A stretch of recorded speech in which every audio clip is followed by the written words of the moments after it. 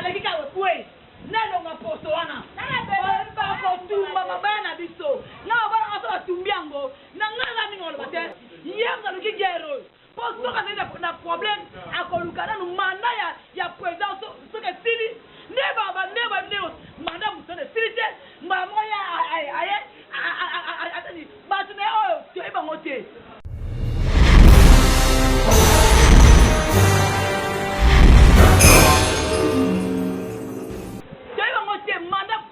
nano silité so que sili de basale le som bonde mbala moka achamba mokale batu bale kama bala soke bungi bana bakuruda mabala soke bungi bana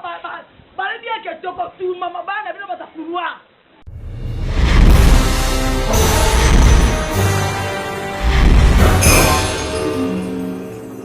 soki mabala se bungi ezana mutune wa bugumes yema tani batu na yona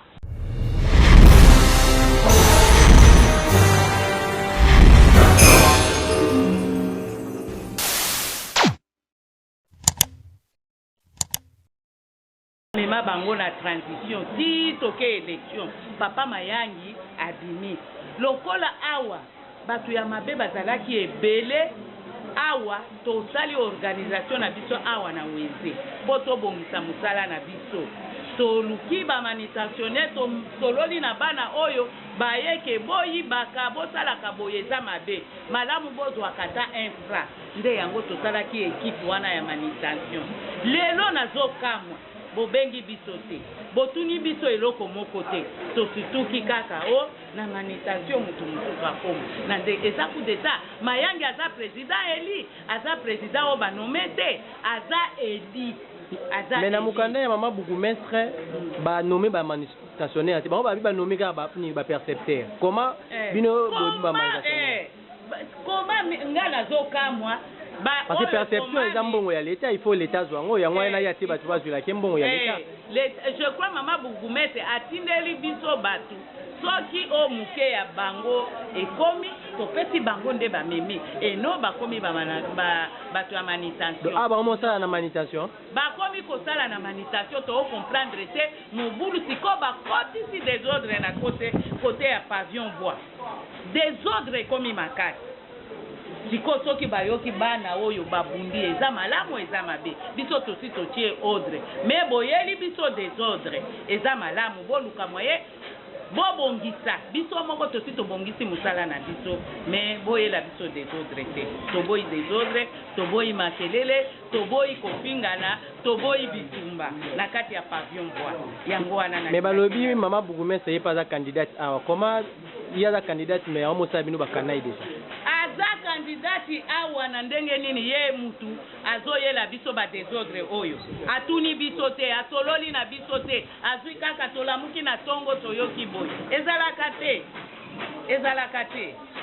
maloba na bakonzi ya mboka oyo bazolanda osikoyo bakonzi ya mboka oyo bazolanda maloba oyo nazoloba baya kosalela biso likambo avant bana oyo babimisa mobulu baya kosalela biso likambo oyo ezoleka na pavillon bois nga nayebi te soki eloko nini ezali awa biso toyaka koteka na kobongisa musala na biso totombola musala na biso toyaka mpona desordre te mpona kofinga mpo kobunda te toyaka mpona kobongisa musala na biso na koteka c'est tout un point entre bakonzi batelela biso soki il s'agit tokokoma ti epa ya gouverneur nde décision na biso tokoma ti epa ya gouverneur nde akokatela biso likambo oyo merci papa biso awa toana kimia te to comprendre te wenze o ekabona de parti de ndeni to pone président na biso président Mayangi mais na nini to comprendre te mama bourgmestre sali ya ye click ya basi ya koluka asa voter o biso te o biso to yebi na président ayebi yango te afandi ka bo mbango yango na batuma yo batu musu bazana ba voter bango na ndeni biso te bango te to awa sa posa ya kimia président o biso to voter ke la président Mayangi yeyo filme yeyo papa Mayangi nde biso to voter mais o ma bourgmestre a tiko tia to bango te parce que besoin trouble batia basala baya ana kata wenze te po kuluna kuzonga mui awa biloko tolasaka boye bayiba basu te bana président kota mais oyo bakokotela biso bakoya koyiba biso biloko nio tolingi bango te toyebi bango te biso toboyi zwa mama ye pa tolembi biso nde toza bo tozwa délivrance tolelaka lisusu te ata koyima mokie depase babeti yango sete te biloko na biso koya na ntongo ya kuta kimia me makambo bango balukila biso tolingi yango te toboyi biso tolingi president biso bayangi na balandi na ye oyo asala bango azotravaille na bango bato ya sika bazoya toyebi bango te bapango mpe tozotekela mama lukela biso wezi bo tozala mapango ya bato okomi koderange biso atake kina ndenge nini so totika na mapango ya bato so tofutaka tike toyebi ke droit ya lete eza paku kila mokanda ya nzambe eyebana ekomama nde yango tofutaka tike me mbongo na biso badepo eske ekendaka na komi ofutaka mpa bakolo mapango siko bino bakomotia biso panzi likolo bolukela biso kasi esika bongo tokoyeba biso toyebi kaka mayangi na balandi na ye oyo aza na bango tozwa délivrance tozwa kimia depo beta se tobeta se tete okuta yango na kimia me ntango wana ezalaki na epoki wana tolela neti nga mama oyo so boyeba koyoka témoin asangana kangama babemaka na hôpital na uti zini na ye na biloko na koti na depo baya batoka biloko nyonso na kangama naki na olamukela na hôpital me na moma oyo nzambe azwa lokumu tozwa délivrance biso tolingi mayangi na balandi na ye oyo azotravaille na bango deja basongolo paka banani tolingi te balobi mama Burgumestre ate bino mwana na ye toyebi ye te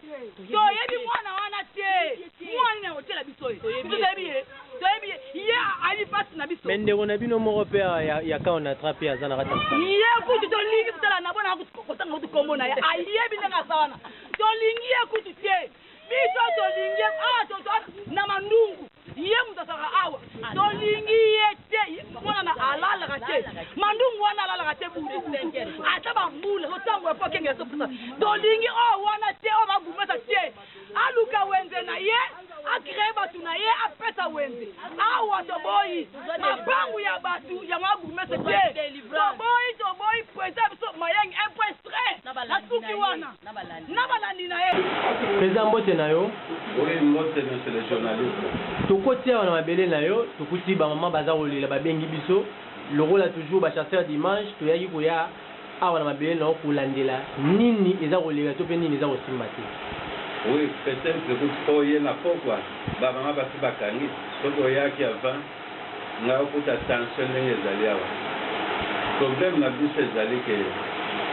biso bateki mabaya tozalaka na komite banda kala avant kutu mobutu azali tozalaka na komite si toyei kosala élection tour oyo ngamu nalekaki curieusement mama Burgumestre ye sikoyo toyei kosentir ke azolinga koreconnaitre komite wana te alinga sala ya ye komite tozoyeba te peut-être posana eza yango wana asi asali parce que aye kosala lettre moko ya affectation mais oyo administrateur na ye ainterprete yango ekomi lokola lettre ya bamanutentionnaire lettre eza awa voi même ngai nazalaki convie te na nini wana lettre ya affectation yango oyo alors so otangi lettre oyo eza lettre ya manutention te bakomi awa bazali bapercepteur attaché donc bapercepteur bazwaka taxe ya leta soki esengeli taxe ezala akende kotika na commune mais lettre ya manutention ezalaki na euti na baélection yango oyo toza na mandat ya 3 ans tozalaka na mandat ya 3 ans ngai na komite na ngai so ntango baye koinstale bango bajeune oyo batie bazoyeba mosala na bango te ekomi bitumba na oyo basalaka manutention lokola baza na pui ya administrateur apparemment na komite na Burgumestre nde sikoyo mpasi ekoti nga bazalaki oblige atanke légaliste napekisa bana oyo ya ngai oyo bazali na voie normale me batika mosala alors ke ezopesa bien te mboka oyo touti na dictature ematisi mboka te nde yango moni tokomi kokende siko tomeka na démocratie mais ebele mpe bazoignorer kaka démocratie excès de abus de pouvoir akoya abandi kokota makambo eza ye te nameki kotuna administrateur oh non eza makambo ya bataxe bofuta botaxe yango eza combien mpona wenze manutention soit eza mpenza taxe te parce que na wenze eza biloko moto ali kosomba biloko nakokitisa biloko na ye mais toyei komona ke tosorganize mpo ordre ezala me yango esalemaka bongo toboyi mpe te so esengeli leta azwa taxe na ye tokovanda ensemble tosololi mais tozalaki surpris na vandi na bino bai kozwa ngai oyo tokende koinstalle comité mosusu ya sika même na ngai j'étais surpris alors toboyi makambo wana silesomali boboyi makambo wana c'est-à-dire quoi bino bolingi bato wana même ata na taxe basala te interprétation eza mabe batindi bango na taxe on n'en disconvient pas mais sikoyo na installation na bango ya des images oyo bafilme baye koinstalle bango epai ya administrateur lokola bamanutentionnaire alors ke bato wana batangi te bango makambo ya document etali bango te lokola bayoki baza bamanutentionnaire bakomi mena koimpose bamama bataxe oyo esengeli te mais na assemblée nationale tozo raison ndongwana kuna ke député to pe nani oki jamais retia mona na yo to ndeko na yo na nsima na yo mais toyoki ya mama bourgmestre il paraît-il ke moko ya bana na ye to pe bandeko ne aza na kati ya mokanda wana donc bakomisi yango mpe nini na bango ye moko administrateur alobaki yango ke on a formaté un coup d'état abombaki yango te abiki eza coup d'état na coup d'état makambo nyonso wana ekipaka te esi alobi démocratie mpana biso awa na rdc eza na ntina moko te wana nazokoinvente te tozalaki na bato donc y avait des témoins démocratie na ntina te batie bato oyo esengeli batiata bana quartier esengeli baprofite naka mwa aubaine wana me bana wana toyi kote bauti te batiaka moko ya quartier epuis eza kutu na domaine ya libaya te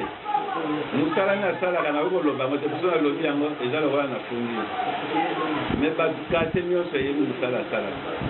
alors vraiment désolé monsieur le journaliste mais commune ya Kinshasa boza na molobeli na bino commune ya Kinshasa boza na député oyo aza en fonction est ce que bokende komona ye soki bamonaki ye député na bino alobaki na bino nini oui nakomelaki ye ntango nakomeli bourgmestre namoni réaction eza te nde nakomeli sikoyo honorable chef toyebani mpe bandakala fa kutu nakoma président aza mpena moninga aza ndeko na ngai nakomeli ye nde atindi conseil juridique na ye ngai na ye na une partie ya comité toke kotala administrateur mais administrateur azalaki clair abi makambo élection amoni mais démocratie na mboka na biso nazokoinvente te avec des témoins abi tokolanda makambo ya démocratie te soki tolandi démocratie mboka na biso efonctionne te ya kosala dictature na yo ok article 36 ya constitution ezolobela makambo ya organisation interne oyo esengeli ezala démocratique bazali koviole constitution bazali koviole loi entre ça baza baautorité une autorité aza censée pour protéger loi donc dans tout ça ezali chef de l'état moto azofingana omoni defese alitaki mpona démocratie omoni ndenge tosuki lokola ngai nazalaka ja sympathisa ye defese baza kotuna ngai président omoni nde bozotambwisa mboka ezopesa biso mpasi bakonzi nde vraiment barevenir à la raison peuple ana force ya vrai changement donc vraiment honorable tozolancer pa appel indirectement mpana ye mpona yebaki teke ye moto okoki mpe koyeba kotunanga motuna wana asunga biso honorable oyo eza mabele na ye mokolo wana soki na mikomelaki te nakutaki bapeti babandi kobitumba ntango nakomi ndembu na calme situation soki nakomaki avant te ta mosumbele boyokaki bato bazokani bapota kuluna parce que bato batie fo koloba vérité bana moko moins sérieux biso totiaki bana oyo bazali sérieux bana oyo baza sérieux te tolongolaki bango nyonso me na ntango bamoni ke batie moto ya moins sérieux bango nyonso bazongi oyo ya sérieux sikoyo baza suna mosala te alors indirectement mpe tolancer appel epa honorable asunga biso vraiment lokola olobi likambo wana honorable me nakomelaki deja Mais toyoki lisusu ke mama bourgmestre azala candidate na commune ya Kinshasa comme député provincial.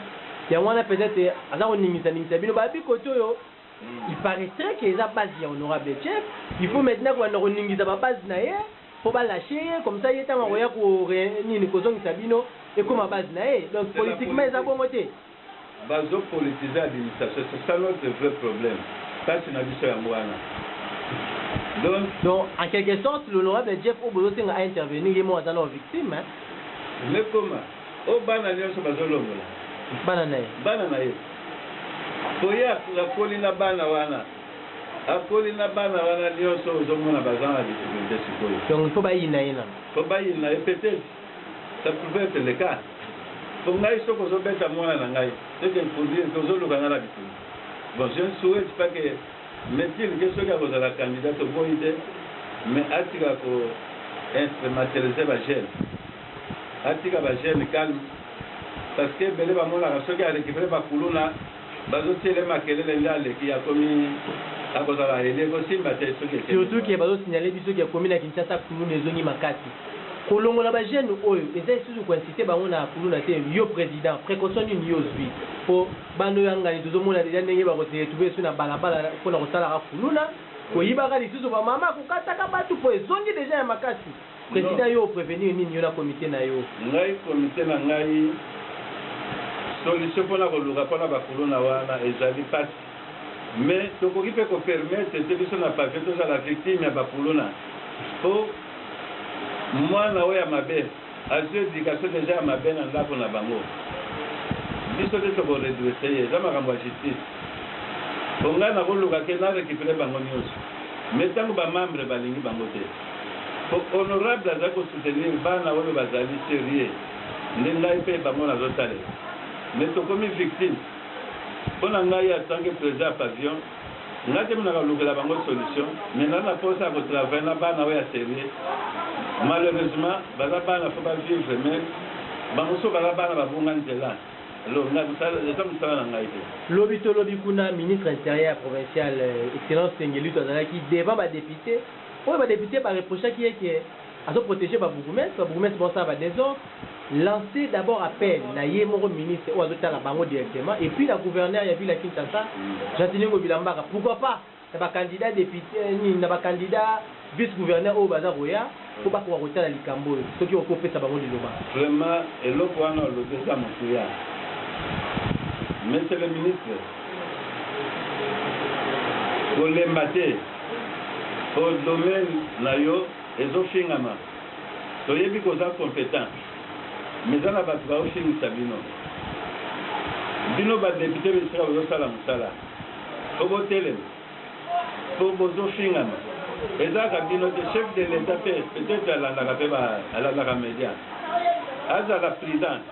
ezala moto mosu azwi poste mais aye wana mpona kosunga te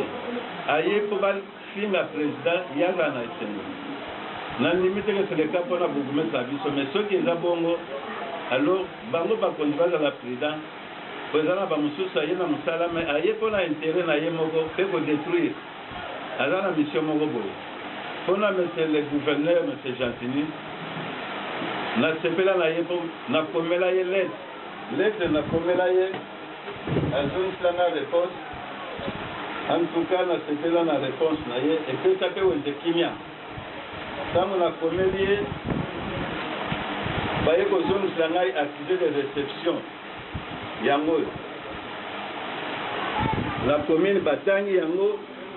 bisika ebele batangi yango alors epesaka bango mpeka mwasi kobanga kimi ezongaka na wenge donc monsieur le gouverneur continue boye sala triage ya bato bakosala mosala malamu kotia motu mpo oyebi ye te tia bato basengeli donc vraiment mpona monsieur le gouverneur nalobi te ke ça va mais en tout cas continue ndenge wana tokobetelo maboko. Merci président Mbalatima Torozongi là aussi aussi la réaction il y a